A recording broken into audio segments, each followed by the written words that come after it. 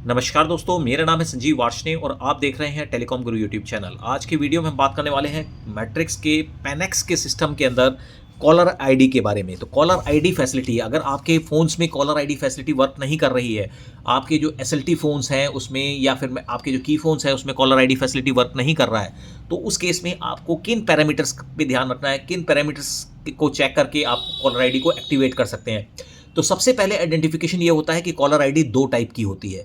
दो टाइप का मतलब एक कॉलर आईडी ऑन ट्रंक और एक कॉलर आईडी ऑन एक्सटेंशंस। तो ये जो कॉलर आईडी ऑन ट्रंक्स है, अगर कॉलर आईडी आपकी बाहर से जब हम कॉल करते हैं, बाहर से मतलब आउटसाइड लाइन से आप जो है पीएसटीएन लाइन पे आप अपनी टेलीफोन लाइन पे कॉल करते हैं और आपका नंबर डिस्प्ले नहीं होता है, तो इसको हम बोलते हैं एक्सटर्नल कॉलर आईडी, यानी बाहर के नंबर्स की कॉलर आईडी आपका नंबर आपको डिस्प्ले नहीं कर रहा है। तो उसके लिए आपको क्या करना है, और अगर बाहर से नंबर डिस्प्ले कर रहा है और इंटरकॉम से इंटरकॉम डिस्प्ले नहीं कर रहा है, तो उसके लिए क्या करना है। तो चलिए वीडियो को शुरू करते हैं। थोड़ा सा वीडियो लंबा हो सकता है, लेकिन आपको जो है इसमें पूरा सॉल्यूशन आपको मिलेगा।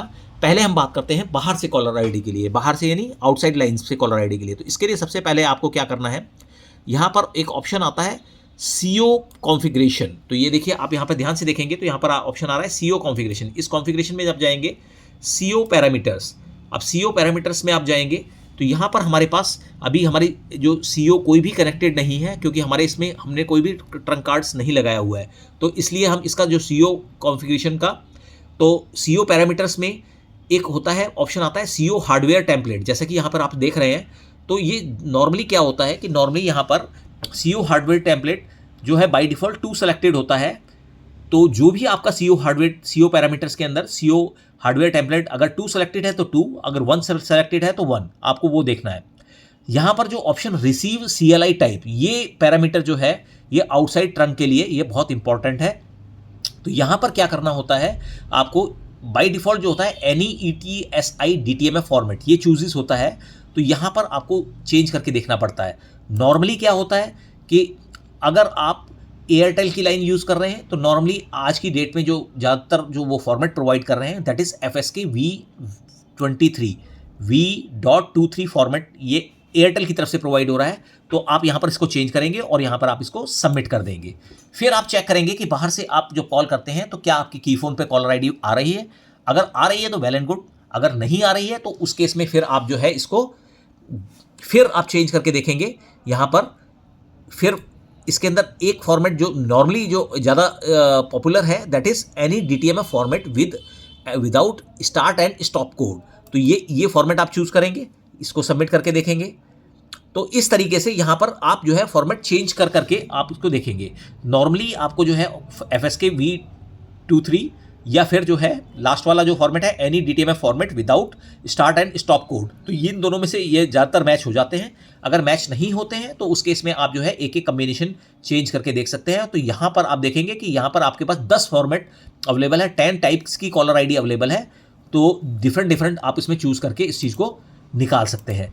तो ये तो हो गया आपका ट्रंक पर कॉलर आईडी कि आप ट्रंक पे कैसे कर सकते हैं। अब हम बात करते हैं एक्सटेंशन पे कॉलर आईडी। अगर आपने कोई इंटरकॉम लगाया हुआ है और इस इंटरकॉम पे आप कॉल करते हैं और आपकी कॉलर आईडी नहीं आ रही है, तो आपको क्या करना है, सबसे पहले आप यहाँ पर जाएंगे SLT कॉन्फ़िगरेशन में, SLT पैरामीटर्स में। तो यहाँ पर SLT पैरामीटर्स में आप देखेंगे कि ये देखिए एक्सेस कोड्स आ रहे हैं, यानी ये हमारे एक्सटेंशन नंबर्स आ रहे हैं। तो इसका जो है SLT हार्डवेयर टेम्पलेट, ये जो SLT हार्डवेयर टेम्पलेट है, ये देखिए सभी का हमारा 2 है। मान लीजिए कोई पर्टिकुलर टाइप का फ़ोन, ऐसा भी पॉसिबल है कि किसी पर्टिकुलर एक्सटेंशन पे आपको कॉलर आईडी नहीं आ रहा है, बाकी सभी एक्सटेंशन पे आ रहा है। पर्टिकुलर एक्सटेंशन का मतलब वहाँ पर आपने कोई डिफरेंट ब्रांड का फ़ोन यूज़ किया है, तो वहाँ पर आपके पास कॉलर आईडी नहीं आ रहा है। तो आप क्या कर सकते हैं, सपोज अब इस एग्जाम्पल के तौर पर हम यहाँ पर मान के चलते हैं कि 35 एक्सटेंशन है, इस पर कॉलर आईडी नहीं आ रहा है। यहाँ पर हमने एक डिफरेंट फ़ोन यूज़ किया हुआ है जो कि कॉलर आईडी फ़ोन है और उस पर नहीं आ रहा है। तो हम क्या करेंगे, यहाँ पर ये 02 है उसका फॉर्मेट, तो हम इसको फॉर्मेट को मान लीजिए चेंज करके कर देंगे हम यहाँ पर 03।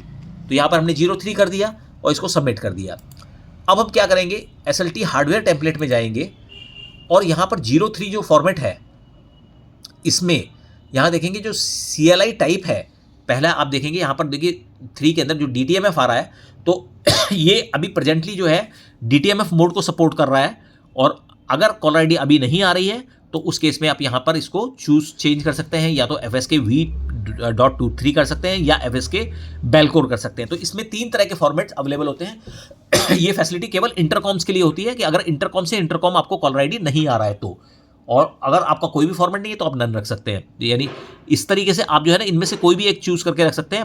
नॉर्मली क्या होता है कि डीटीएमएफ पे कॉलर आईडी आ जाता है, लेकिन अगर नहीं आता है फिर भी आपका फ़ोन अगर दूसरी यानी एफएसके को सपोर्ट करता है तो फिर उस केस में आप एफएसके V23 कर सकते हैं। एफएसके बेलकोर बहुत कम देखने को मिलता है, लेकिन अगर आपकी कॉलर आईडी V23 पे भी नहीं आ रही है और डीटीएमएफ पे भी नहीं आ रही तो उस केस में एफएसके बेलकोर को भी आप इसको सेलेक्ट कर सकते हैं।